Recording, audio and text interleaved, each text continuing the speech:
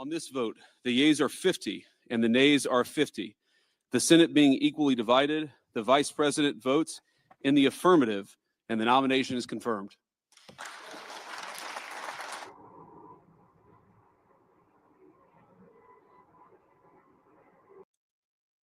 Hey everybody, welcome to Bobina's Book Nook, a division of West Virginia Wire. You guys, thank you for joining me today. Today we are diving into chapter 10 of Hillbilly Elegy by our Vice President J.D. Vance. You guys, I'm really enjoying this book. We're in chapter 10, which means, you guys, we only have, and look, I've already got it. Hey Emma, what's up, girl? How are you? Thank you for coming in. I was just thinking about you before I started, before I hit the go live button. I was like, I wonder if my girl Emma's gonna show up. So thank you so much for joining. You broke your leg, girl. So it started out as a fracture. Oh my gosh. Please keep letting us know how you're doing. And Lord Jesus, we just pray over Emma right now, Lord God. We ask for healing in her body, Lord God. Any medical staff that's looking over her, Lord God, we ask that you just touch their shoulders. We charge your mighty angels for protection and healing. Emma, that prayer is for you, my love. Get better. Anyway, so you guys, we are in chapter 10 today, like I said, of Hillbilly Elegy. And we only have 5 chapters left to go. So what I did today, I did it a little bit different. I was kind of switching things up, and I decided this is a chunk of a chapter as well. And so what I decided to do was to go ahead and put some of it on pre-record. So the first 15 minutes or so is the first part of chapter 10. And it gets really exciting because this is where J.D. Vance joins the Marine Corps. So it's a little spoiler alert. And we'll get through this. I'm going to try to keep it at an hour because I have another engagement to go to. You guys, thank you for joining. Please hit that like, share, subscribe. After you've watched it, I'm not even going to ask you to do it if you're joining us for the first time. Just consider it. And what helps us out the most is watching the whole of it. It helps us gain those watch time hours. You guys can also find me on the X platform, formerly known as Twitter. My handle is at Queen Connell16. And the name Queen, if any of you that don't know, my name is Regina. Translated, that's Queen. I think in other languages, and then it's Malka is the Hebrew translation. Anyway, so my husband kind of went wild with the branding and stuff. So thank you, hubby, for all of that. He does all my thumbnails, all my original music, all of it. So we hope to build a community here. And I thought, what better time to read the book by J.D. Vance than now that he's our vice president. And just to hear the humble beginnings that he came from just truly amazes me. You guys, I will remind you, if you go check out my YouTube channel, and I believe it's still up on Rumble too. I'm not sure because I don't think I had streaming service when I started reading the Killing series, but we are bringing back the Killing series by Bill O'Reilly and Martin Dugard. They've got like 10 or 11 books. So I'm going to bring back, right now we have Killing Lincoln, the shocking assassination that changed America forever. Most of that's up on my YouTube channel. You guys could go check that out. Then we're going to be bringing back Killing Jesus, which we actually started on Good Friday. I threw a tantrum when I thought I was going to walk away from podcasting completely, and I deleted it all. So I kind of shot myself in the foot on that one. But our sound quality, our visual quality has gotten better since then, and we're only seeking to improve it. So you guys help us out with that simply by watching and joining the community. You guys, we welcome any and all feedback. Let us know what you're thinking. Let us know if you're enjoying the book. And definitely, more than anything, after we revive this Killing series, and let me show you the books real quick. So this one is the one we're going to start with, since we just started Faithful Footsteps of the Old Testament Trail, which means we're reading the Old Testament chronologically, including non-canonical books such as Enoch. And then I'm going to look into maybe the books of the Virgin Mary and stuff like that, because I know that there's books out there. Anyway, so this is Killing Jesus, A History. So this is a secular book. It's not, they do not refer to Jesus as the Messiah. They refer to him as Jesus of Nazareth, which I feel like is all he ever simply wanted to be referred to as. So anyway, we are going to be bringing this book back. I got to figure out a date, and we got to work on that artwork because I want it to be way better than when we originally launched it. And then, you guys, we're bringing back Killing Kennedy, the end of Camelot, with all the information and the documents becoming unclassified. This is going to be really, I think, reading this, it's already out there, but I don't know how much attention it got, but they kind of skimmed the surface as far as MLK Jr. is concerned, President JFK, all of it. So it's very fascinating. And we learn more about the organizations that have been created since then, even from reading Killing Lincoln. So I'll remind everyone, Killing Lincoln is already up on YouTube. I think it starts at chapter 11, so we'll get that all straightened out. But I was reading all three books at the same time. So you guys, we're going to do 3 more books in the Killing series. I want to do Killing Reagan, Killing the Rising Sun, and I want you guys to choose the 3rd book in the Killing series.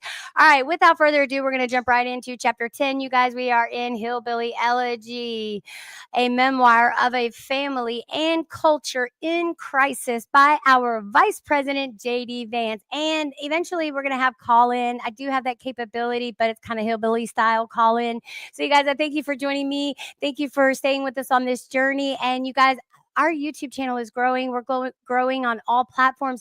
And that's all thanks to you. And if you're ever interested in coming on this show, we've got several spots that you can come on. We could talk about it. And that was always the purpose of the Book Nook, Bobina's Book Nook. And it was to create a community for people who have a love of books. Our channel is also growing. I'll give more information about that. But you guys are here to talk about J.D. Vance and hear about him. So let's dive into that. Thanks for watching. Chapter 10.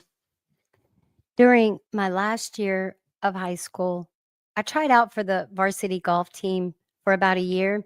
I'd taken golf lessons from an old golf pro. The summer before senior year, I got a job at a local golf course so I could practice for free. Mama never showed any interest in sports, but she encouraged me to learn golf because, quote, that's where rich people do business, end quote. I think she might have been a little right about that, don't you, Vice President Vance? Look at you now. Mama never, though wise in her own way, Mama knew little about the business habits of rich people, and I told her as much. Shut up, you fucker, she told me. Everybody knows rich people love to golf. But when I practiced my swing in the house, parentheses, I didn't use a ball. So the only damage I did was to the floor, parentheses close. She demanded that I stop ruining her carpet. But, Mama, I protested sarcastically, if you don't let me practice, I'll never get to do any business on the golf course. I might as well drop out of high school now and get a job bagging groceries. You smartass. If I wasn't crippled, I'd get up right now and smack your head and ass together. I loved her choice of words. So she helped me pay for my lessons and asked her baby brother, my Uncle Gary, the youngest of the Blanton boys, to find me some old clubs. He delivered a nice set of McGregor's, better than anything we could have afforded on our own, and I practiced as often as I could. By the time golf tryouts rolled around, I had mastered enough of a golf swing not to embarrass myself. I didn't make the team, though I did show enough improvement to justify practicing with my friends who had made the team, and that was all I really wanted. I learned that Mama was right. Golf was a rich person's game. At the course where I worked, few of our customers came from Middletown's working class neighborhoods. On my first day of golf practice, I showed up in dress shoes, thinking that was what golf shoes were. When an enterprising young bully noticed before the first tee that I was wearing a pair of Kmart brown loafers, he proceeded to mock me mercilessly for the next few hours. I resisted the urge to bury my putter in his goddamn ear, remembering Mama's sage advice to, quote, act like you've been there, end quote. A note about hillbilly loyalty. Reminded of that story recently, Lindsay launched into a tirade about how much of a loser the kid was. The incident occurred 13 years ago. And, I will say that, I really love the way that his mama, act like you've been there. My daddy used to say anytime before I'd leave the house, he'd say, act like your daddy now and you'll do just fine. So I like that. I knew in the back of my mind that decisions were coming about my future.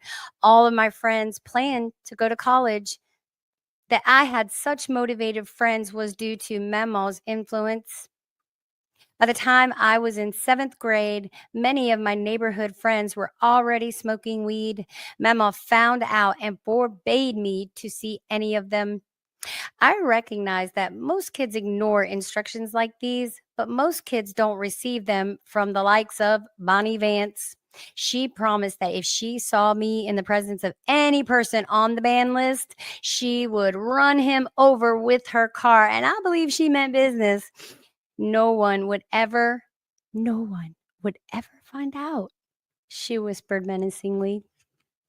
With my friends headed for college, I figured I'd do the same. I scored well enough on the SAT to overcome my earlier bad grades, and I knew that the only two schools I had any interest in attending, Ohio State and Miami University, would both accept me. A few months before I graduated, I had, parentheses, admittedly with little thought, parentheses close, settled on Ohio State.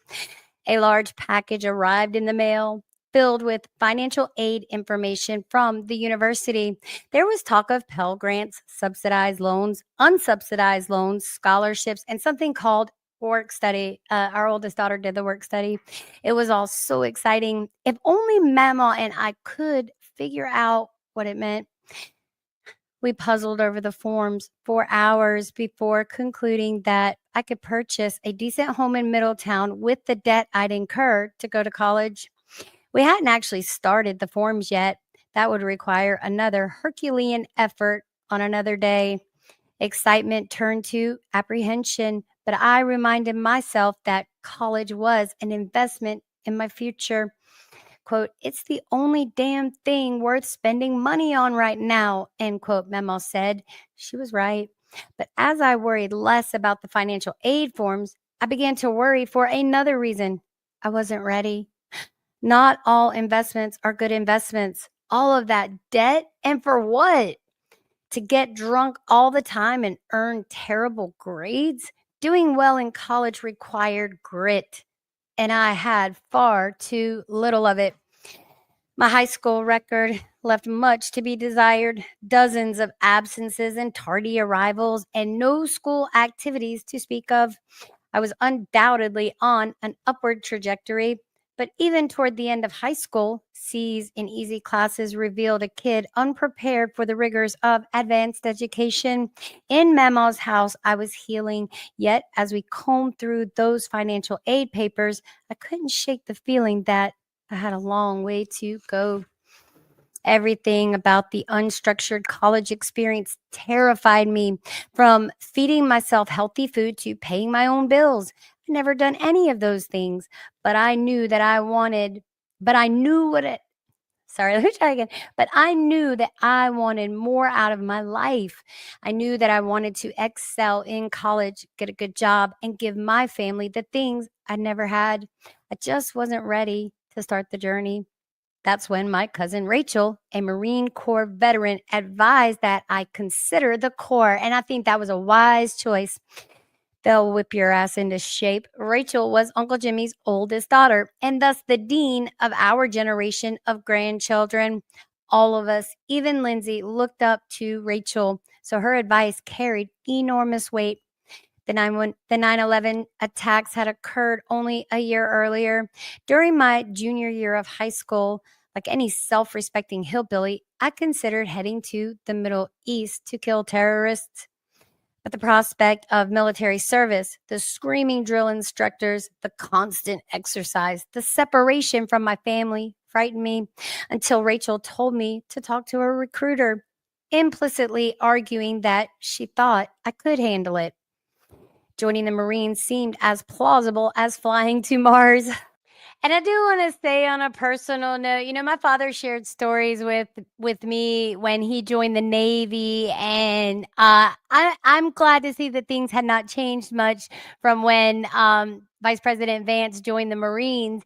And I've my whole family from cousins, they've served in every branch of the military. I don't think I've ever had a relative serve in the Coast Guard, but anyway, so they're all important for our security infrastructure. And I mean, doesn't it look good just to be and seem menacing? I mean, so we always want our grit and our bark to be able to back up, or our bite to be able to back up our bark. And it doesn't seem like we're really the ones barking. We just, we want freedom.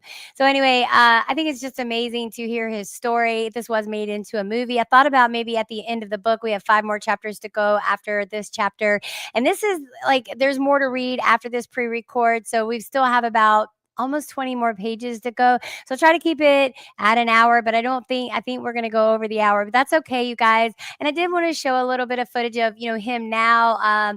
Last week we showed, on Thursday, we showed his interview with Sean Hannity, and I just pulled it out of, just did a search on YouTube for JD Vance Today, and it pulled up the Sean Hannity interview, and they opened up with talking about this very book, Hillbilly Elegy. So you guys, once again, I thank you for joining us. And if you are liking this so far, hey, go ahead and give it a like, share. And if you're feeling really frisky and you know you're just going to love the rest of it, then we would be honored if you would smash that subscribe button. And one last detail, watch the whole of it. That's what really, really helps us out. You guys, thank you so much. We are streaming across Rumble. We are streaming across Facebook, now known as Meta. We are streaming across YouTube and the X platform, formerly known as Twitter. All right, guys, let's continue on. Thanks for hanging out. And look at it now. I mean, would you have ever thought that you'd be hearing Elon Musk talk about going to Mars and stuff? Now, just weeks before I owned a tuition deposit, just weeks before I owed a tuition deposit to Ohio State, I could think of nothing but the Marine Corps.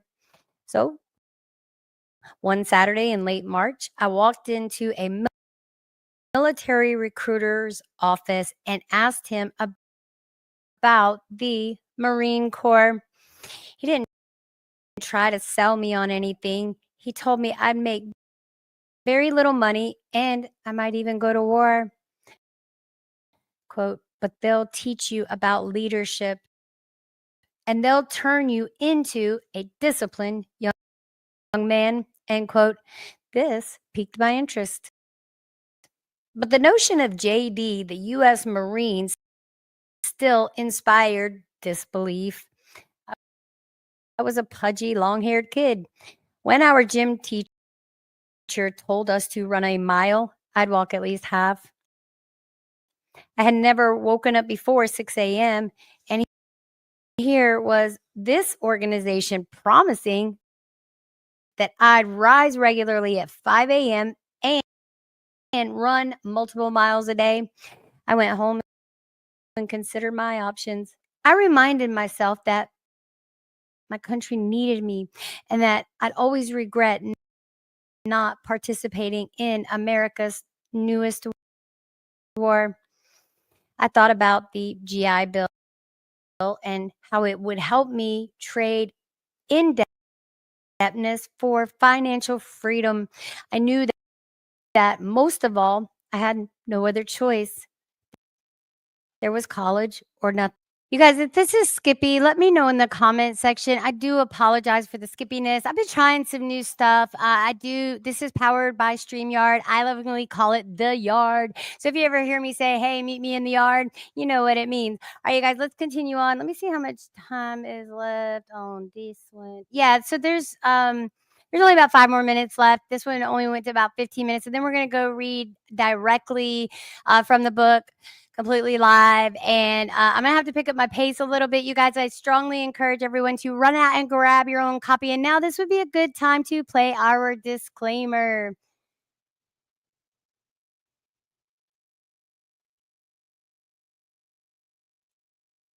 Maybe if I pulled up the right thing. Here we go. Welcome to Bobina's Book Nook. Please note that any material discussed here is solely to honor and promote the author. The views and opinions expressed by the author do not necessarily reflect those of the show. Enjoy the journey. All right, guys. So I've heard other content creators that have said that we're streaming live. They feel like they hear us skipping, but yeah, I never hear it on the other end. It's just me, myself, and I today. Big Russ is at work. So let's get through this. We got 5 more minutes, and I'll back it up just a little bit. An adorable little girl So he's talking about he's considering going into the Marine Corps, and they considered college, and then when they weighed it out and all the expense, was it multiple truly miles a worth it?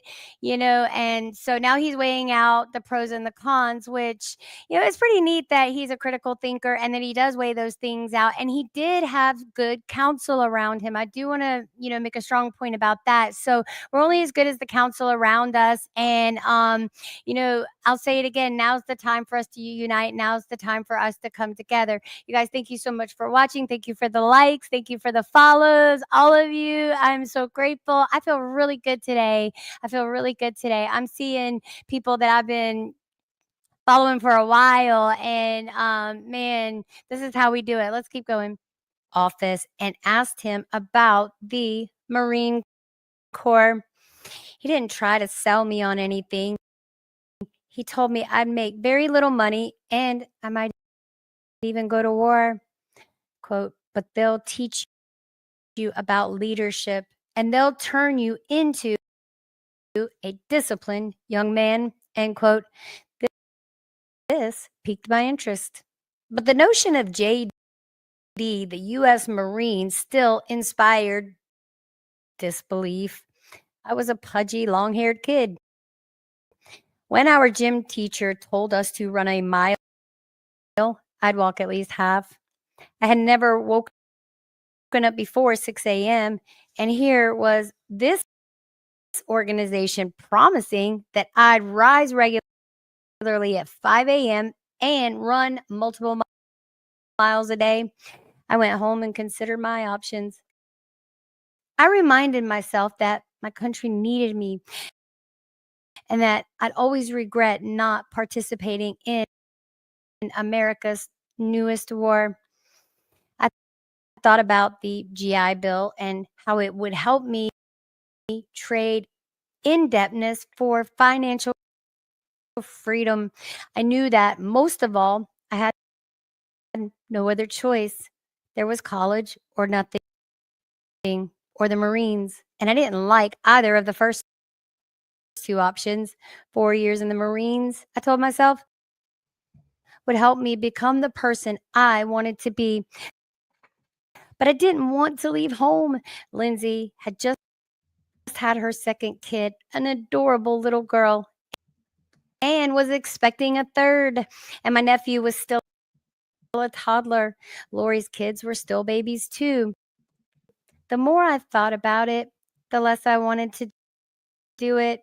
And I knew that if I waited too long, I'd talk myself out of enlisting.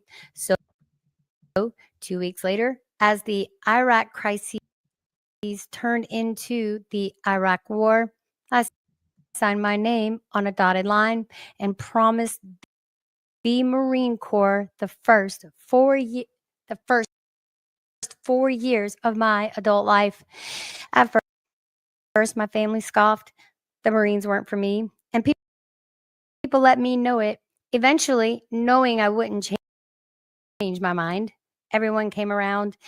You guys, let us know in the comment section if you are a veteran, if you're active military now. What was it like for you when you were considering joining the military? What branch did you go into? And what was your first day after you signed your ass away on the dotted line? I love hearing stories like that. And once again, we do from the very bottom of our hearts and with every part of our being, thank you for your service. And we always pray protection over you from the soles of your feet to the tippy top crowns of your heads in the mighty name of Jesus. You guys, thanks for joining us. All right, let's keep going. And I'm so sorry about this skipping. I don't know what's up with this. And a few even seemed excited. Everyone, that is, save my mom. She tried every manner of persuasion. You're a fucking idiot. They'll chew you up and spit you out. Who's going to take care of me? You're too stupid for the Marines. You're too smart for the Marines. With everything that's like some stuff my going on daddy in the would say to world, me. you'll get your head blown off. Don't She you was want to be worried. around for Lindsay's kids? I'm worried, and I don't want you to go. Though she came to accept the decision, she never liked it. Before I left for boot camp, the recruiter visited to speak with my fragile grandmother. Okay.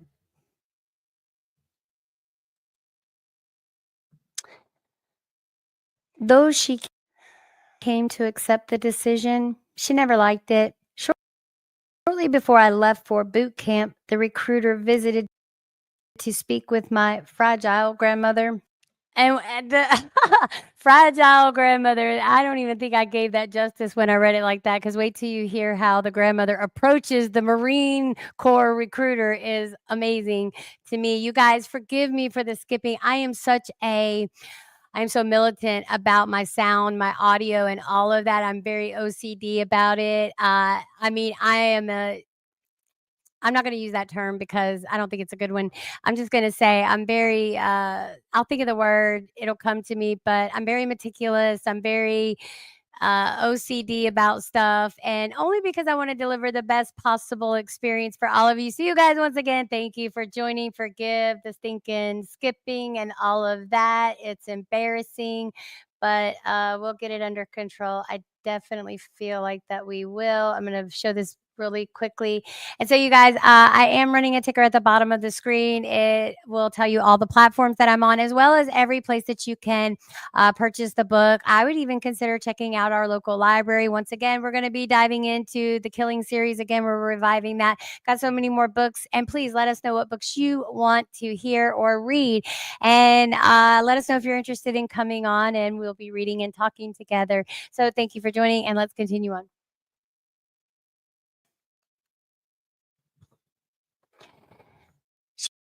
She met him outside, stood up as straight as she could, and glowered at him. Set one foot on my fucking porch, and I'll blow it off. I believe she meant business, too. She wasn't gonna let anybody come take her grandbaby, she advised.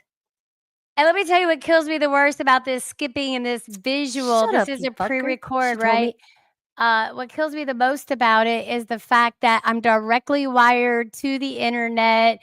I'm all of it. So we are considering getting Starlink as soon as we're, some things free up. So you guys, once again, thank you for joining us, and let's continue on. And then we'll be reading directly from the book. So let's keep going. We in for a long haul today. And then the chapters do get shorter after this because there's only 5 chapters left. So the next chapter, Everybody I think, knows is when rich it's bad. people love to golf. But when I practiced my swing in the house, parentheses, I didn't use a ball. So the only damage I did was to the floor, parentheses closed. She demanded that I stop ruining her carpet. But, Mama, I protested sarcastically, if you don't let me practice, I'll never get to do any business on the golf course. I might as well drop out of high school now and get a job bagging groceries. You smartass. If I wasn't crippled, I'd get up right now and smack your head and ass together. I loved her choice of words. So she helped me pay for my lessons and asked her baby brother, my Uncle Gary, the youngest of the Blanton boys, to find me some old clubs. He delivered a nice set of McGregor's, better than anything we could have afforded on our own, and I practiced as often as I could. By the time golf tryouts rolled around, I had mastered enough of a golf swing not to embarrass myself. I didn't make the team, though I did show enough improvement to justify practicing with my friends who had made the team, and that was all I really wanted. I learned that Mama was right. Golf was a rich person's game. At the course where I worked, few of our customers came from Middletown's working class neighborhoods. On my first day of golf practice, I showed up in dress shoes, thinking that was what golf shoes were. When an enterprising young bully noticed before the first tee that I was wearing a pair of Kmart brown loafers, he proceeded to mock me mercilessly for the next few hours. I resisted the urge to bury my putter in his goddamn ear, remembering Mama's sage advice to, quote, act like you've been there, end quote. A note about hillbilly loyalty. Reminded of that story recently, Lindsay launched into a tirade about how much of a loser the kid was. The incident occurred 13 years ago. And, I will say that, I really love the way that his memo, act like you've been there. My daddy used to say anytime before I'd leave the house, he'd say, act like your daddy now and you'll do just fine. So I like that. I knew in the back of my mind that decisions were coming about my future. All of my friends planned to go to college. That I had such motivated friends was due to Memo's influence. By the time I was in 7th grade, many of my neighborhood friends were already smoking weed. Memo found out and forbade me to see any of them. I recognize that most kids ignore instructions like these, but most kids don't receive them from the likes of Bonnie Vance. She promised that if she saw me in the presence of any person on the ban list, she would run him over with her car. And I believe she meant business. No one would ever find out, she whispered menacingly. With my friends headed for college, I figured I'd do the same. I scored well enough on the SAT to overcome my earlier bad grades, and I knew that the only 2 schools I had any interest in attending, Ohio State and Miami University, would both accept me. A few months before I graduated, I had, parentheses, admittedly with little thought, parentheses close, settled on Ohio State. A large package arrived in the mail filled with financial aid information from the university. There was talk of Pell Grants, subsidized loans, unsubsidized loans, scholarships, and something called work study. Our oldest daughter did the work study. It was all so exciting. If only Mama and I could figure out what it meant. We puzzled over the forms for hours before concluding that I could purchase a decent home in Middletown with the debt I'd incurred to go to college. We hadn't actually started the forms yet. That would require another Herculean effort on another day. Excitement turned to apprehension, but I reminded myself that college was an investment in my future. Quote, it's the only damn thing worth spending money on right now, end quote, Memo said. She was right. But as I worried less about the financial aid forms, I began to worry for another reason. I wasn't ready. Not all investments are good investments. All of that debt, and for what? To get drunk all the time and earn terrible grades? Doing well in college required grit, and I had far too little of it. My high school record left much to be desired, dozens of absences and tardy arrivals, and no school activities to speak of. I was undoubtedly on an upward trajectory, but even toward the end of high school, C's in easy classes revealed a kid unprepared for the rigors of advanced education. In Mama's house, I was healing, yet as we combed through those financial aid papers, I couldn't shake the feeling that I had a long way to go. Everything about the unstructured college experience terrified me, from feeding myself healthy food to paying my own bills. I'd never done any of those things, but I knew that I wanted, but I knew what it, sorry, let me try again. But I knew that I wanted more out of my life. I knew that I wanted to excel in college, get a good job, and give my family the things I never had. I just wasn't ready to start the journey. That's when my cousin Rachel, a Marine Corps veteran, advised that I consider the Corps. And I think that was a wise choice. They'll whip your ass into shape. Rachel was Uncle Jimmy's oldest daughter, and thus the dean of our generation of grandchildren. To speak with my fragile grandmother, he ordered us onto a bus. After a short trip, another drill instructor ordered us off the bus and onto the famed, quote, yellow footprints. Over the next 6 hours, I was poked and prodded by medical personnel, assigned equipment and uniforms, and lost all my hair. We were allowed one phone call, so I naturally called Mama and read off the card they gave me. I have arrived safely safely at Paris Island. I will send my address soon. Goodbye. Wait, you little shithead. Are you okay? Sorry, Mama. Can't talk. But yes, I'm okay. I'll write as soon as I can. The drill instructor, overhearing my extra lines of conversation, asked sarcastically.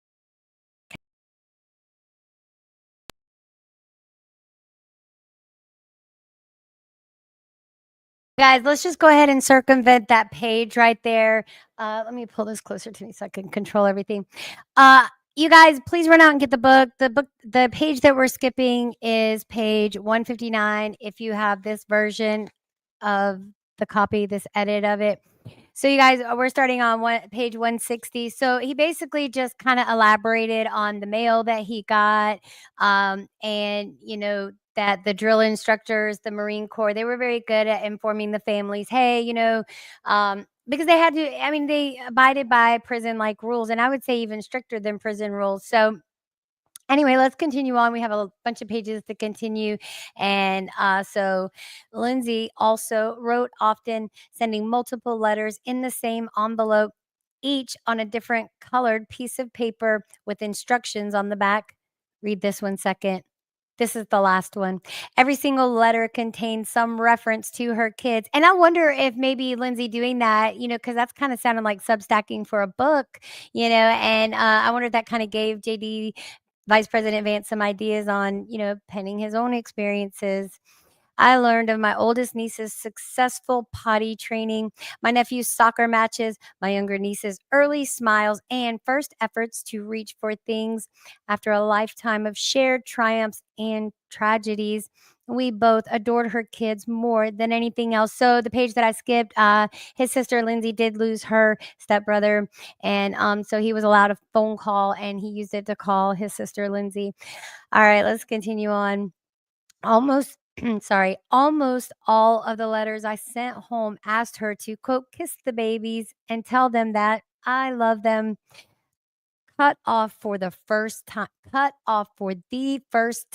from home and family. I learned a lot about myself and my culture. Remember, his culture is hillbilly, and they are probably, I think there's some Norse in him.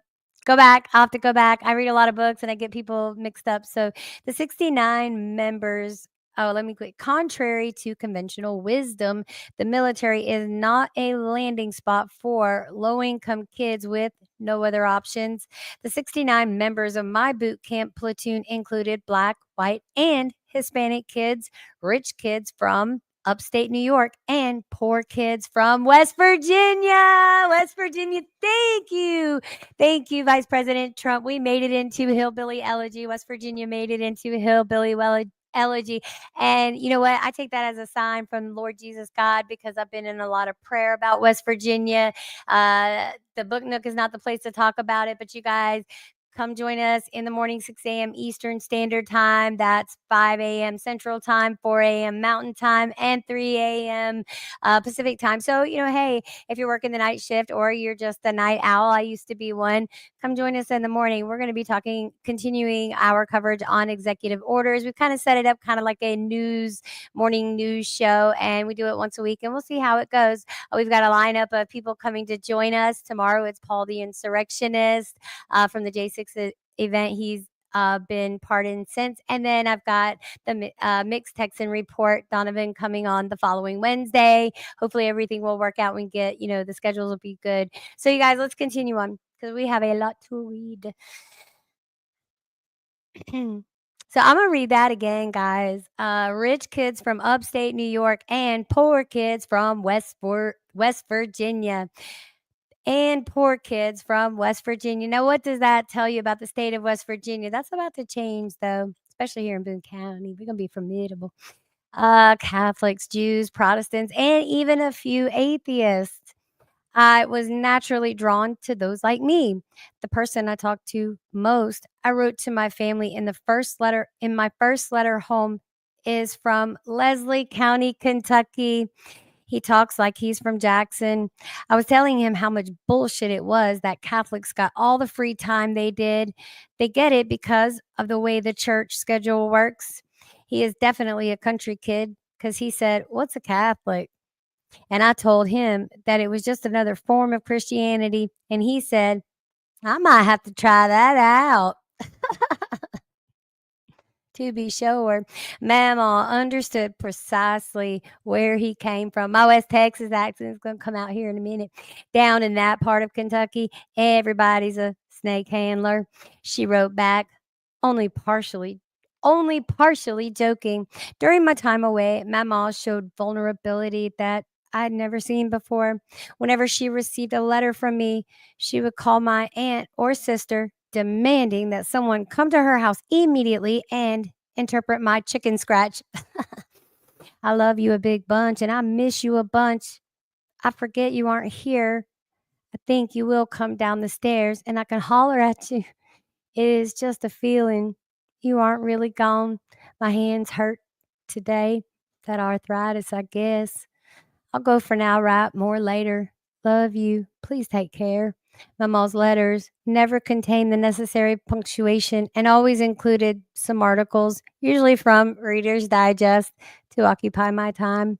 She could still be classic Mama, mean and ferociously loyal. About a month into my training, I had a nasty exchange with the drill instructor who took me aside for a half hour, forcing me to alternate jumping jacks, sit-ups, and short sprints until I was completely exhausted. It was par for the course in boot camp, something nearly everyone faced at one point or another. If anything, I was lucky to have avoided it for so long.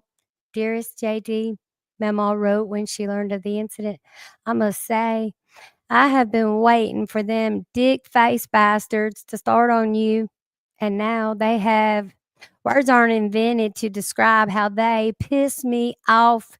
You just keep on doing the best you can do and keep thinking about this stupid asshole with an IQ of 2, thinking he is Bobby Badass, but he wears girls' underwear. I hate all of them.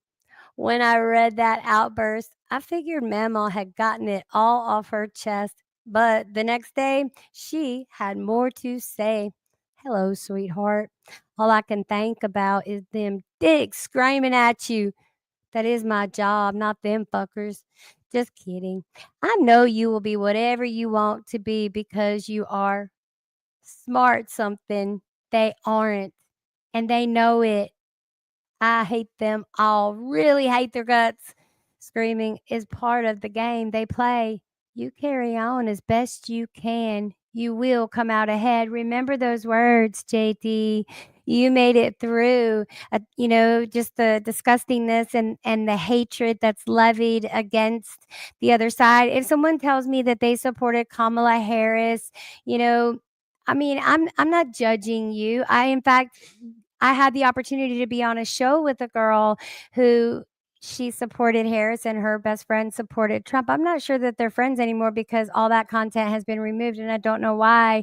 I want to know the person, right? I've never met JD Vance. Have you ever met JD Vance? And this is how we get to know each other. The content creators that I choose to follow and the ones that I really push forward are people that I believe in, and that's all I need to say. I will witness for them, whatever. And I know when the time is right, if I need witnessing, my witnesses will come forward and they'll be fair witnesses. If I'm in the wrong, they're going to tell me. If I need to think about something, they're going to tell me, but I'm going to know that their motives are pure. Let's continue on. I really like my mom. She's a tough cookie.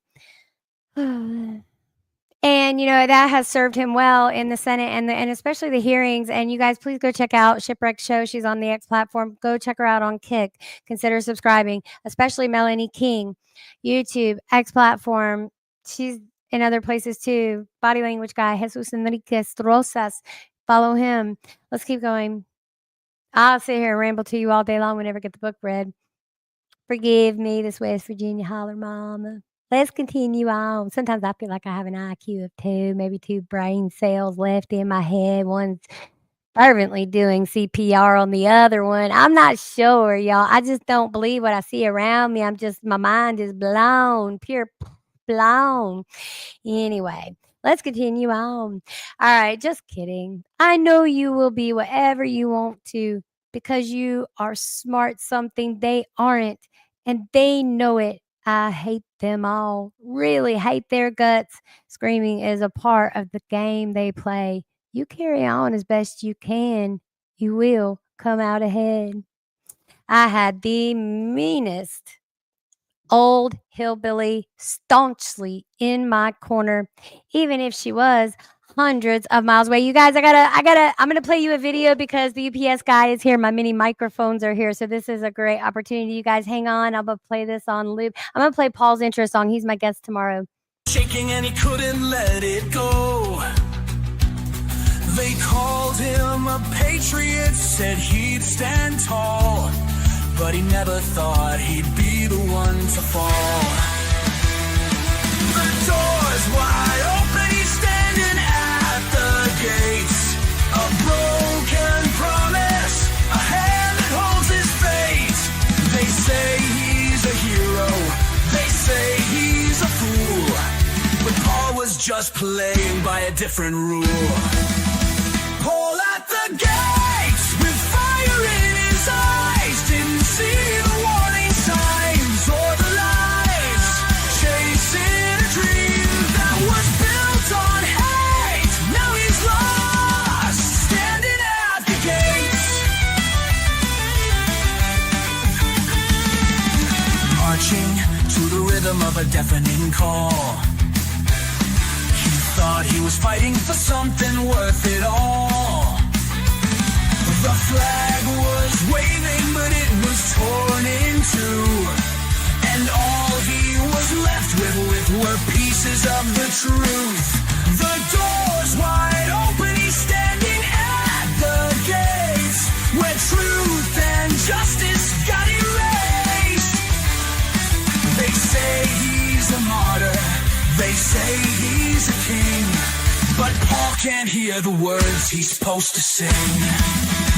Paul at the gates with fire in his eyes, didn't see the warning signs or the lies, chasing a dream that was built on. All right, guys, that's just a taste of the song. Thank you for being patient. So my package came. I am going to test out these little microphones maybe sometime during the live. Right now, we got to get to business and read this book. So let's keep going. All righty. So I wish I had Mary Beth with me. She could tell me what last line I read. So you guys hang with me. We're doing good. We're doing really good. Let's see. Okay, so old hillbilly staunchly in my corner, even if she was hundreds of miles away. In boot camp, mealtime is a marvel of efficiency. You walk through a cafeteria line, hold your tray for the service staff. They drop all of the day's offerings on your plate, both because you're afraid to speak up about your least favorite items and because you're so hungry that you gladly eat a dead horse. You sit down, and without looking at your plate, parentheses, that would be unprofessional, parentheses close, or move your head, parentheses, that would also be unprofessional, parentheses close. You shovel food into your mouth until you're told to stop. The entire process takes no longer than 8 minutes. So y'all got more time than we got in prison. I think we were afforded 20 minutes. Sorry, guys. All right, let's keep going. This is nuts. I love hearing these stories, though. Anyone who's ever served in the military or currently serving, share your stories with us. JD Vance, Vice President Vance, is sharing his time in the Marine Corps. All right, so I grabbed the offer. Wait, let's see. The only discretionary part of the exercise is dessert set aside on small plates at the end of the assembly line. During the first meal of boot camp, I grabbed the offered piece of cake and marched to my seat. If nothing else tastes good, I thought, this cake shall certainly be the exception. Then my drill instructor, a skinny white man with a Tennessee twang, stepped in front of me. He looked me up and down with his small, intense eyes and offered a query. You really need that cake? You really need that cake, don't you, fat ass? I prepared to answer, but the question was apparently rhetorical as he smacked the cake out of my hands and moved on to his next victim. I never grabbed the cake again. Oh my gosh. There was an important lesson here, but not one about food or self control or nutrition. If you told me that I'd react to such an insult by cleaning up the cake and heading back to my seat, I'd never have believed you. The trials of my youth instilled a deliberating self doubt. Instead of congratulating myself on having overcome some obstacles, I worried that I'd be overcome by the next ones. Marine Corps boot camp, with its barrage of challenges, big and small, began to teach me I had underestimated myself. Marine Corps boot camp is set up as a life defining challenge. From the day you arrive, no one calls you by your first name. You're not allowed to say I because you're taught to mistrust your own individuality. Every question begins with, quote, the recruit, end quote. This recruit needs to use the head, the bathroom. This recruit needs to visit the corpsman, the doctor. The few idiots who arrive at boot camp with Marine Corps tattoos are mercilessly berated. Have they earned those tattoos? Man, at every turn, recruits are reminded that they are worthless until they finish boot camp and earn the title Marine. Our platoon started with 83, and by the time we finished, 69 remained. Those who dropped out, mostly for medical reasons, served to reinforce their worthiness of the challenge. Every time the drill instructor screamed at me and I stood proudly. Every time I thought I'd fall behind during a run and kept up. Every time I learned to do something I thought impossible, like climb the rope, I came a little closer to believing in myself. Psychologists call it, quote, learned helplessness, end quote, when a person believes, as I did during my youth, that the choices I made had no effect on the outcomes in my life. From Middletown's world of small expectations to the constant chaos of our home, life had taught me that I had no control. Mama and Papa had saved me from succumbing entirely to that notion, and the Marine Corps broke new ground. If I had learned helplessness at home, the Marines were teaching learned willfulness. And man, is that just not beautiful? All right, guys, let's continue on. The day I graduated from boot camp was the proudest of my life. An entire crew of hillbillies showed up for my graduation, 18 in total, including Mama, sitting in a wheelchair, buried underneath a few blankets, looking frailer than I remembered. I showed everyone around base, feeling like I had just won the lottery. And when I was released for a 10-day leave the next day, we caravan back to Middletown. On my first day home from boot camp, I walked into the barber shop of my grandfather's old friend. Marines have to keep their hair short, and I didn't want to slack just because no one was watching. For the first time, the corner barber, a dying breed, even though I didn't know it at the time, greeted me as an adult. I sat in his chair, told some dirty jokes, parentheses, most of which I'd learned only weeks earlier. I bet you did learn some stuff in the Marine Corps, Vice President Vance, and shared some boot camp stories. When he was about my age, he was drafted into the Army to fight in Korea. So we traded some barbs about the Army and the Marines. After the haircut, he refused to take my money and told me to stay safe. He cut my hair before, and I'd walk by his shop nearly every day for 18 years. Yet it was the first time he'd ever shaken my hand and treated me as an equal. So he's entering true manhood here.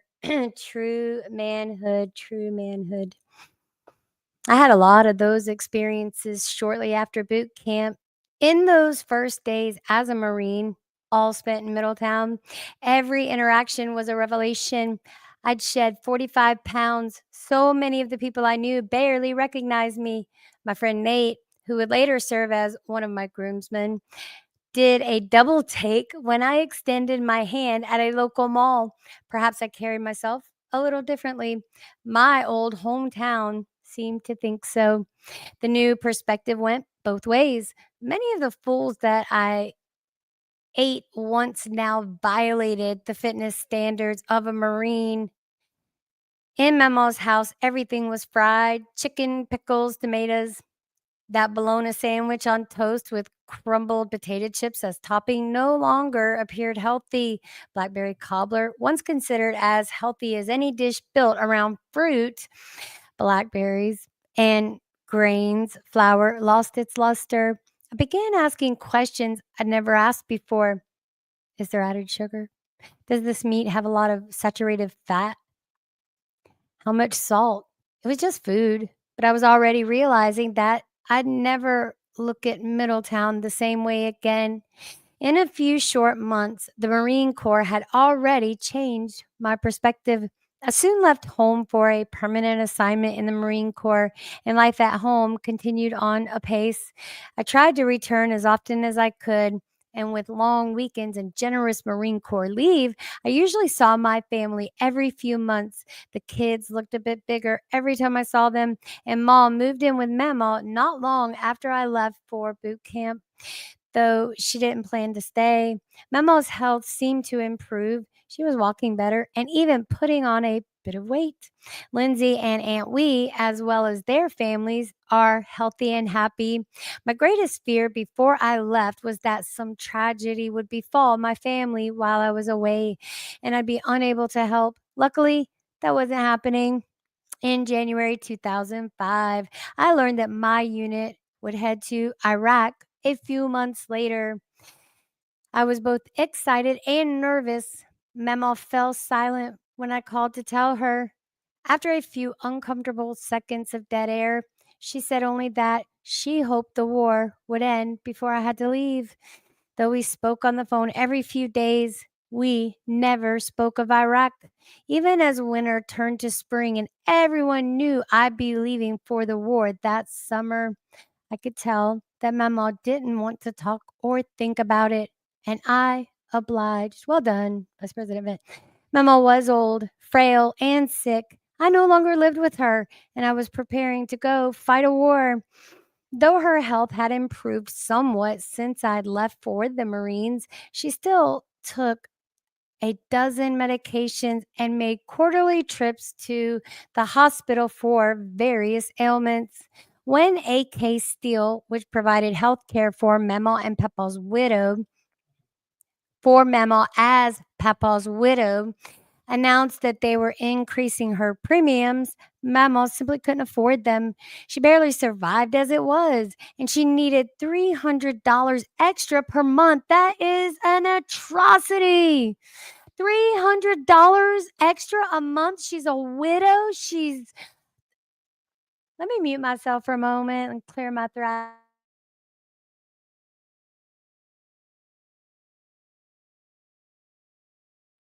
See, when I get angry like that, it gets my little bladder going. Let's keep going, guys. We got a little bit to go. Thank you for hanging with me. This is crazy. See, guys, we are in chapter 10 of Hillbilly Elegy by Vice President Vance. Oh, my goodness. My. So her insurance went up. So let me read that again. When AK Steel, which provided health care for Memo as Papa's widow, announced that they were increasing her premiums, Memo simply couldn't afford them. She barely survived as it was, and she needed $300 extra per month.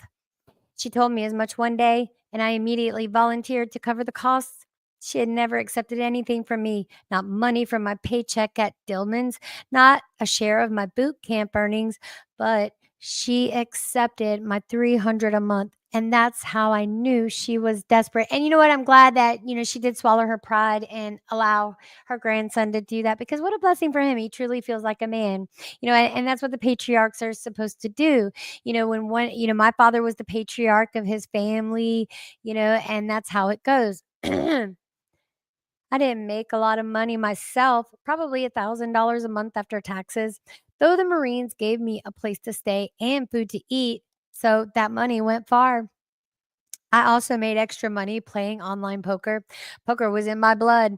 I played with pennies and dimes with Papa and my great uncles as far back as I could remember.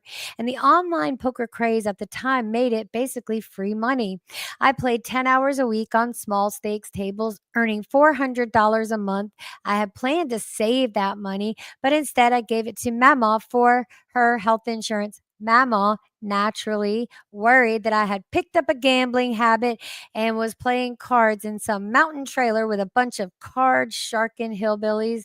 But I assured her that it was online and legitimate. Well, I don't understand the fucking internet. Just don't turn to booze and women. That's always what happens to dipshits who get caught up in gambling. Good for you, Memo.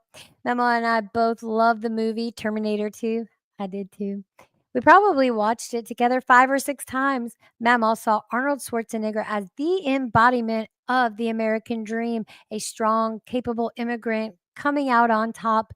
But I saw the movie as a sort of metaphor for my own life.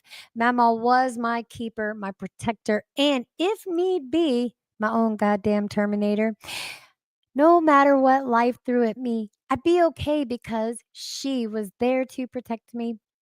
Paying for her health insurance made me feel, for the first time in my life, like I was the protector. It gave me a sense of satisfaction that I'd never imagined. And how could I? I'd never had the money to help people before the Marines. When I came home, I was able to take mom out to lunch, get ice cream for the kids, and buy nice Christmas presents for Lindsay. On one of my trips home, Mema and I took Lindsay's 2 oldest kids on a trip to Hocking Hills State Park, a beautiful region of Appalachian, Ohio, to meet up with Aunt Wee and Dan. Also, Dan's Aunt Wee's husband. Got it all confused. So, Mary Beth was right. Dang. I understand, JD, your confusion. Bless it. I drove the whole way. I paid for gas and I bought everyone dinner, admittedly at Wendy's.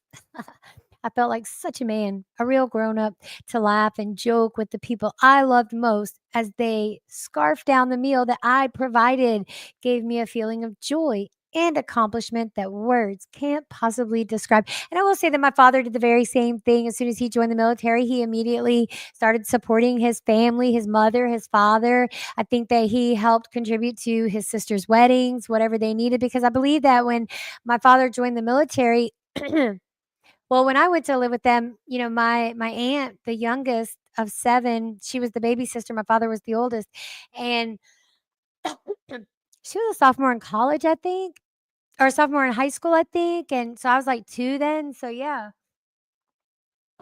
All right, let's keep going. We're getting through, guys.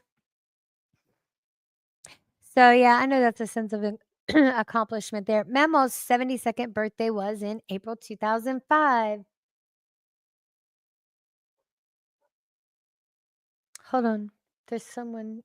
I don't know who this black truck is that keeps coming. Please don't run over my dog. Not many folk come down this holler. They know not to. All right, let's keep going. For my entire life, I had oscillated between fear at my worst moments and a sense of safety and stability at my best. I was either being chased by the bad Terminator or protected by the good one, but I had never felt empowered, never believed that I had the ability and the responsibility to care for those I loved. Mama could preach about responsibility and hard work, about making something of myself and not making excuses. No pep talk or speech could show me how it felt to transition from seeking shelter to providing it. I had to learn that for myself. And once I did, there was no going back. Mama's 72nd birthday was in April 2005. I'd be interested to know when your grandmother's birthday is because my grandmother's was April 13th. My oldest daughter was born April 6th. All right, let's keep going. Just a couple of weeks before then, I stood in the waiting room of a Walmart supercenter as car technicians changed my oil. I called Mama on the cell phone that I paid for myself, and she told me about babysitting Lindsay's kids that day. Megan is so damn cute. She told me. I told her to shit in the pot, and for 3 hours, she just kept on saying, shit in the pot. Shit in the pot, shit in the pot, over and over again. I told her she had to stop or I'd get in trouble, but she never did. I laughed, told Mama that I loved her, and let her know that her monthly $300 check was on the way. JD, thank you for helping me. I'm very proud of you, and I love you. 2 days later, I awoke on a Sunday morning to a call from my sister who said that Mama's lung had collapsed, that she was lying in the hospital in a coma, and that I should come home as quickly as possible. 2 hours later, I was on the road. I packed my dress blue uniform just in case I needed it for a funeral. On the way, a West Virginia police officer pulled me over for going 94 miles an hour on I-77. He asked why I was in such a hurry, and when I explained, he told me that the highway was clear of speed traps for the next 70 miles, after which I'd cross into Ohio, and that I should go as fast as I wanted until then. Thank you, West Virginia officer.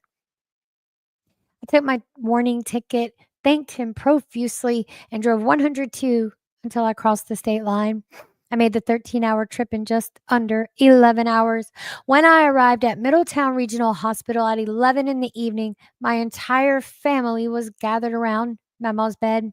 She was unresponsive, and though her lung had been reinflated, the infection that had caused it to collapse showed no signs of responding to treatment. Until that happened, the doctor told us it would be torture to wake her if she could be awakened at all. We waited a few days for signs that the infection was surrendering to the medication, but the signs showed the opposite. And that happened with my father. Leukemia was his, and so, but the signs showed the opposite. Her white blood cell count continued to rise, and some of her organs showed evidence of severe stress. Her doctor explained that she had no realistic chance of living without a ventilator and feeding tube. We all conferred and decided that if after a day Memo's white blood cell count increased further, we would pull the plug. Legally, it was Aunt Wee's sole decision, and I'll never forget when she tearfully asked whether I thought she was making a mistake. My mother and I had that same conversation. Not an easy one. I guess it's impossible to know for sure. I wished at the time that we had a doctor in the family. The doctor told us that without the ventilator, Mama would die within 15 minutes, an hour at most. She lasted instead for 3 hours, fighting to the very last minute. Everyone was present: Uncle Jimmy, Mom, and Aunt Wee, Lindsay, Kevin, and I. And we gathered around her bed, taking turns whispering in her ear and hoping that she heard us. And so, I whispered in my father's ear, "I love you, Daddy," kissed him on the cheek, took 2 breaths, and that was it. As her heart rate dropped and we realized that her time drew near, I opened a Gideon's Bible to a random passage and began to read. It was,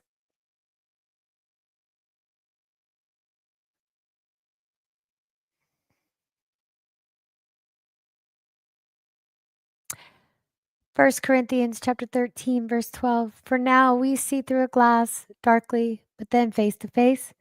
Now I know in part, but then shall I know, even as also I am known. A few minutes later, she was dead. And the first part of 1 Corinthians chapter 13 is love is patient, love is kind. It's the true, very truest definition of the word love.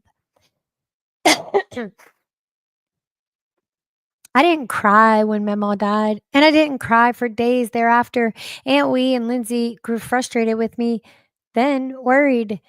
"You're just so stoic," they said. "You need to grieve like the rest of us, or you'll burst." I was grieving in my own way, but I sensed that our entire family was on the verge of collapse, and I wanted to give the impression of emotional strength. We all knew how Mom had reacted to Papa's death, but Memo's death created new pressures. Oh, yeah. It was time to wind down the estate, figure out Memo's debts, dispose of her property, and disperse what remained. The first time Uncle Jimmy learned Mom's true financial impact on Memo, the drug rehab charges, the numerous loans never repaid to this day. He refuses to speak to her. I'll remind you that was 2016. I don't know what the status is today. And he does give updates and stuff, so I'm not sure.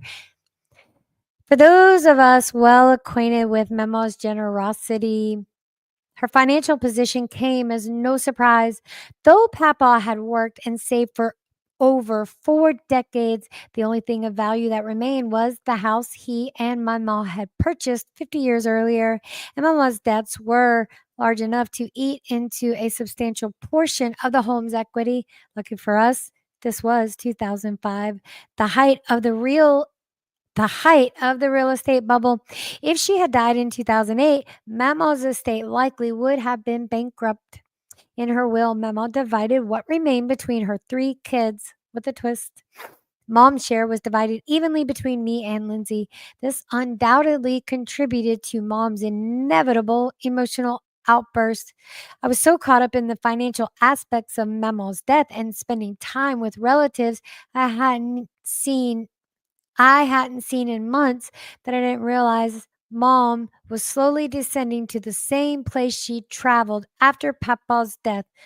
But it's hard to miss a freight train barreling down on you, so I noticed soon enough. All right, you guys, so what I'm going to do is, because we do still have several pages to go. No, we're good. I mean, I think we'll be done in about an hour and a half, but I do need to take a little bit of break because my nose gets stuffed up and stuff. So you guys, thank you for hanging with me. I think I'm gonna play my West Virginia Wire intro song. You guys, please join us tomorrow morning at 6 a.m. Eastern Standard Time. And let me go get myself together and I'll be right back. Rise and shine. It's a brand new day. Got the world on my mind. Ain't no time to play. Chasing dreams, running fast, feeling no delay. We're the watchdogs, always watching what they say. Eyes wide open, we're taking what's ours. Breaking through the silence, aiming for the stars. The grind. Rise and shine. It's a brand new day. Got the world on my mind. Ain't no time to play. Chasing dreams, running fast, feeling no delay. We're the watchdogs, always watching what they say. Eyes wide open, we're taking what's ours. Breaking through the silence, aiming for the stars. The grind. Rise and shine. It's a brand new day. Got the world on my mind. Ain't no time to play. Chasing dreams, running fast, feeling no delay. Down in the holler where the river's been, where the mountains whisper and the night never ends. I grew up in the shadow of a southern sky, with dirt on my hands and a dream in my eye. The winds may blow and the storms may roll, but the heart of the holler's what keeps me whole. Down in the holler.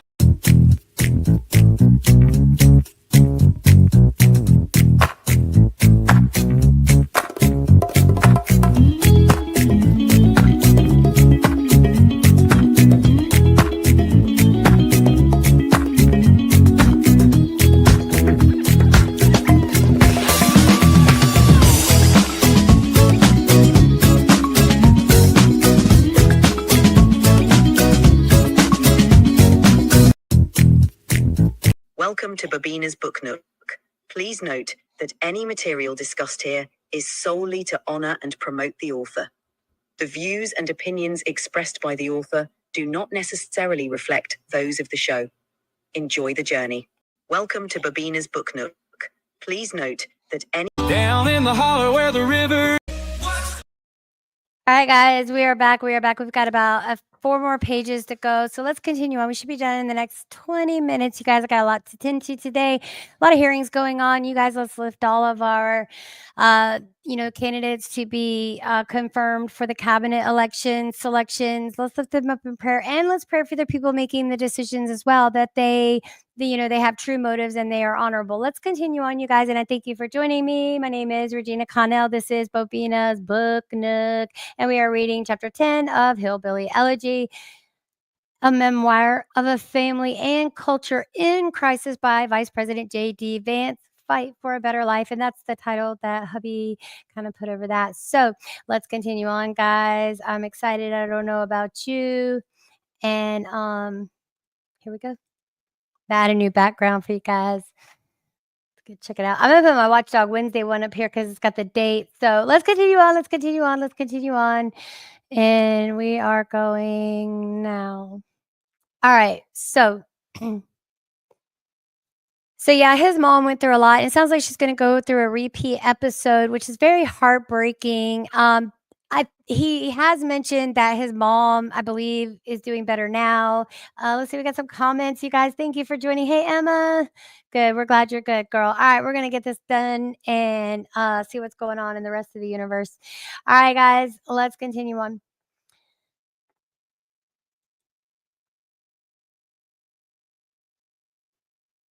All right.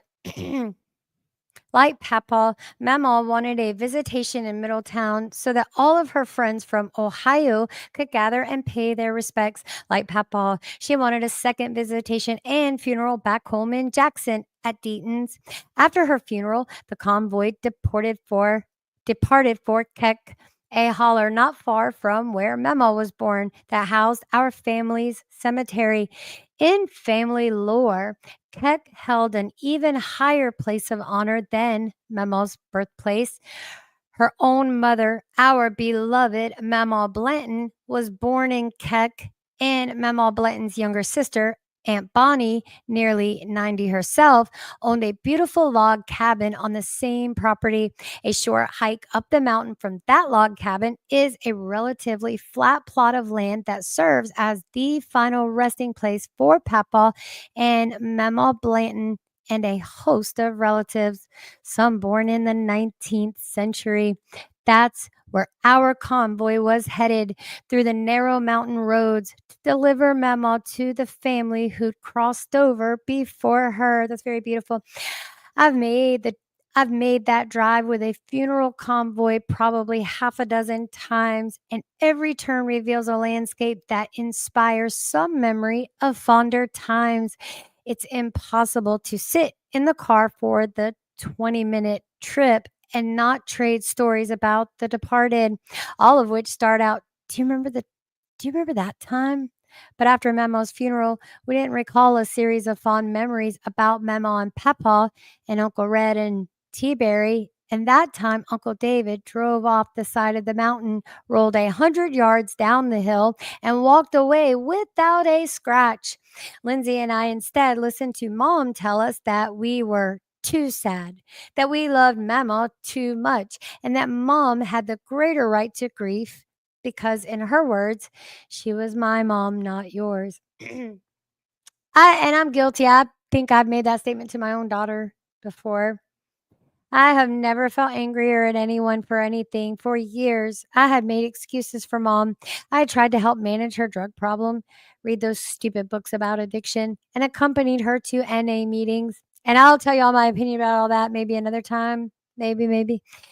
I had endured, never complaining, a parade of father figures, all of whom left me feeling empty and mistrustful of men.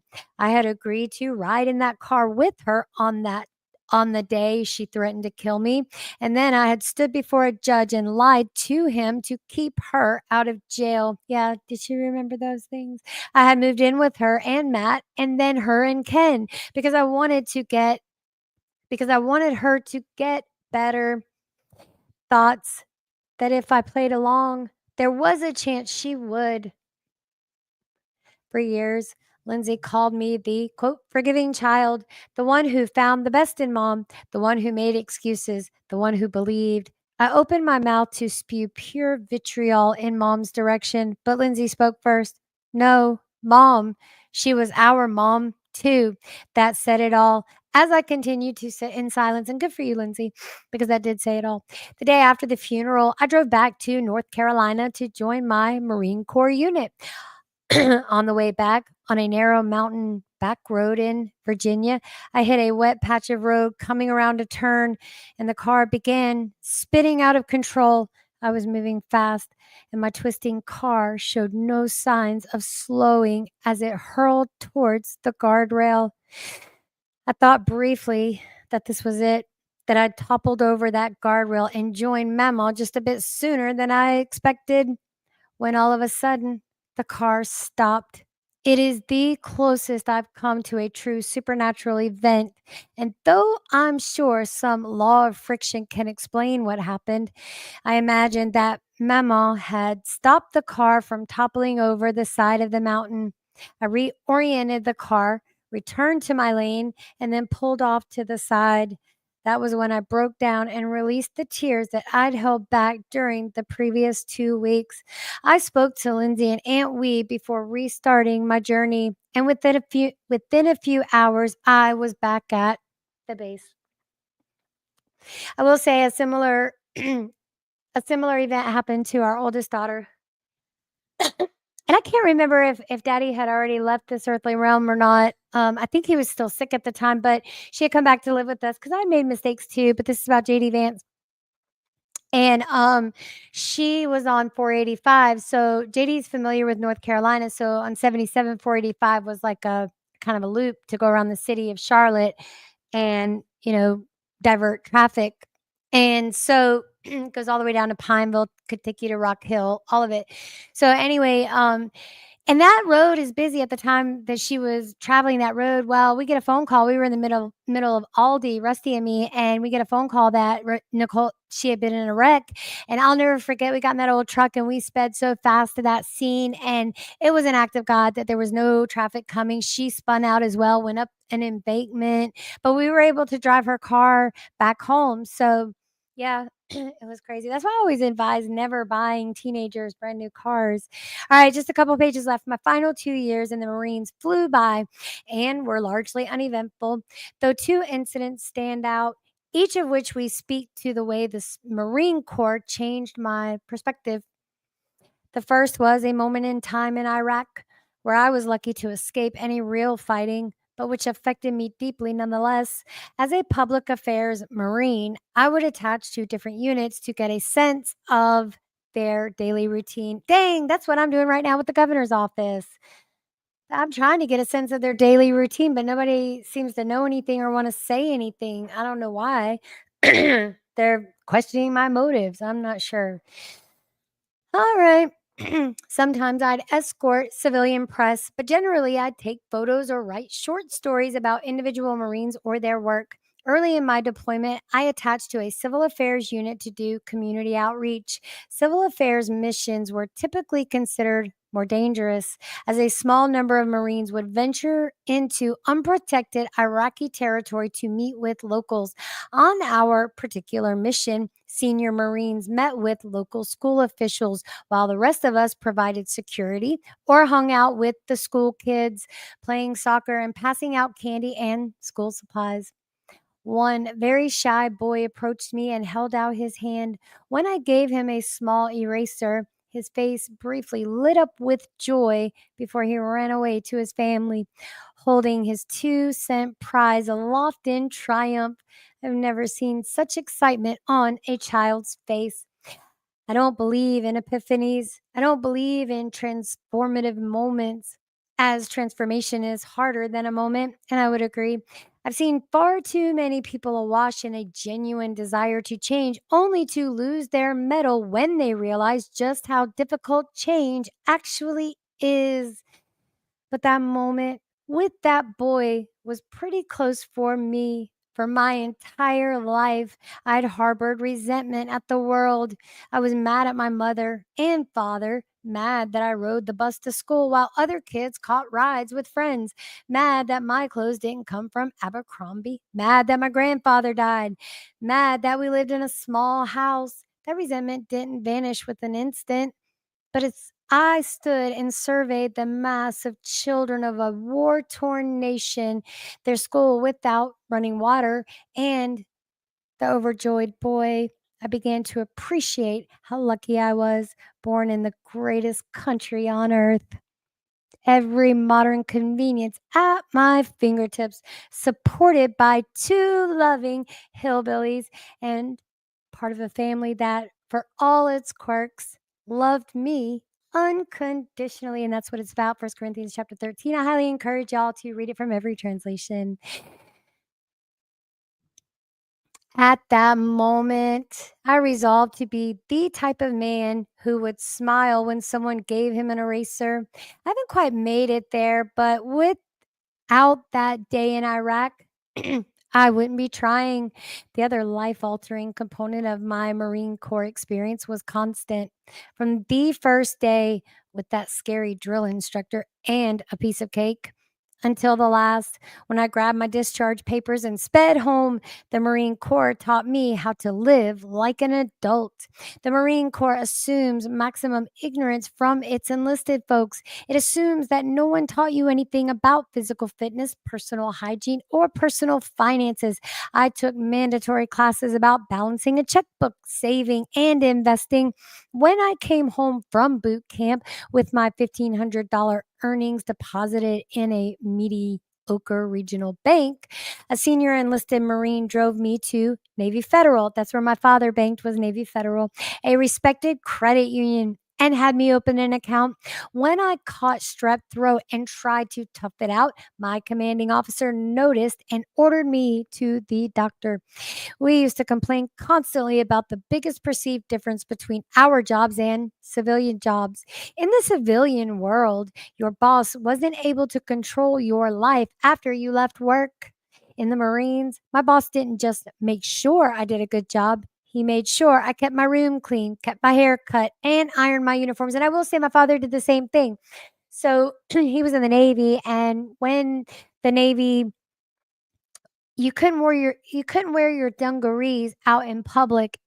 You could wear like your dress clothes and stuff out in public, but you couldn't wear your dungarees out in public. And we were at the bank one day, probably Navy Federal Credit Union, and this was in Charleston, South Carolina, as a matter of fact. Anyway, so we went to the bank, and he saw the I don't know what his rank was, but he came out of the bank, and my father saw the dungarees, and he was like, "Who's your commanding officer? You're not supposed to be wearing this kind of dress. This is inappropriate." There is a code of honor, and there is a code of dress, and we should all like rules. My neighbor's gonna freak out because I've seen Joy in forever. Oh Lord. All right, let's continue on. He'll come in a minute. Oh no, that's Cheryl. I hope he doesn't jump up on her car. All right, let's keep going, you guys. I'm sorry. We are almost done. We have literally 2 more pages to go.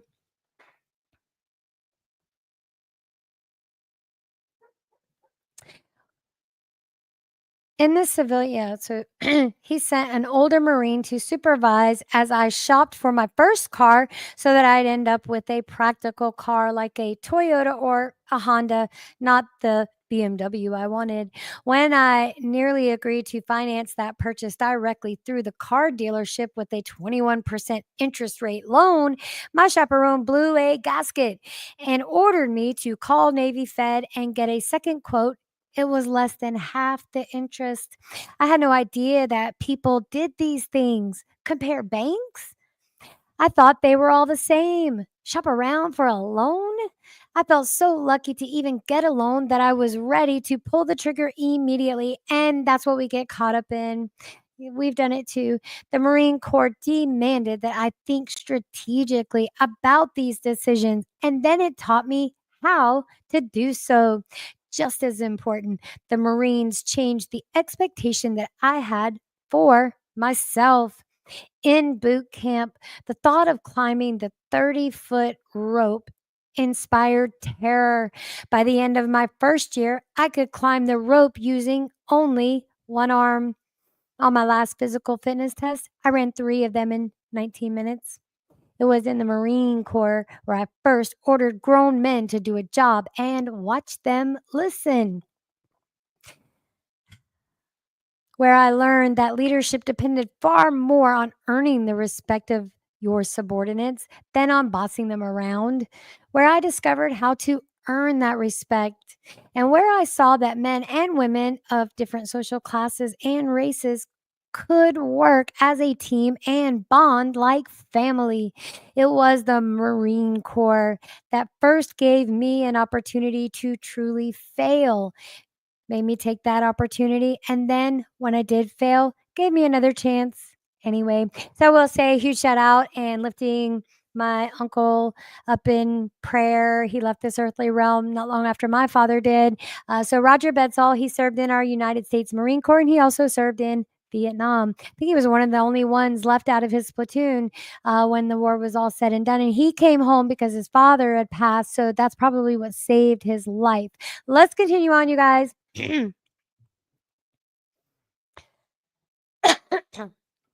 When you work in public affairs, the most senior Marines serve as liaisons with the press. The press is the holy grail of Marine Corps public affairs, the biggest audience and the highest stakes. Our media officer at Cherry Point was a captain who, for reasons I never understood, quickly fell out of favor with the base's senior brass. Though he was a captain, 8 pay grades higher than I was, because of the wars in Iraq and Afghanistan, there was no ready replacement when he got the axe.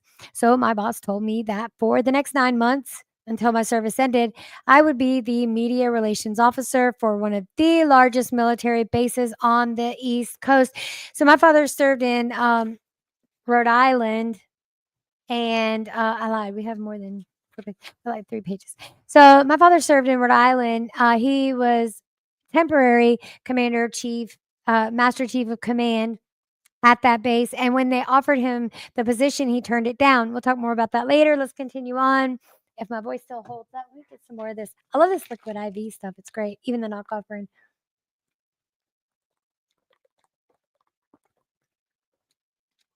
Yummy, yummy, yummy. All right, let's continue on.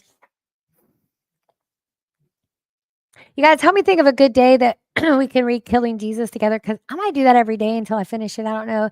I wanted to kind of set time slots aside, but we'll see how it goes. Give me one moment.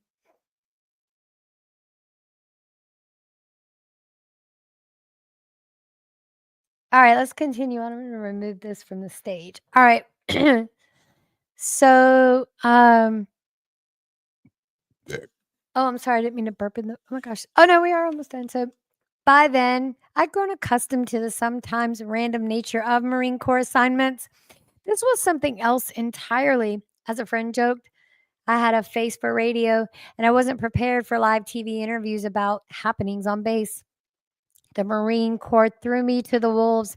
I struggled a bit at first, allowing some photographers to take photos of a classified aircraft, speaking out of turn at a meeting with senior officers. And I got my ass chewed. My boss, Sean Haney, explained what I needed to do to correct myself.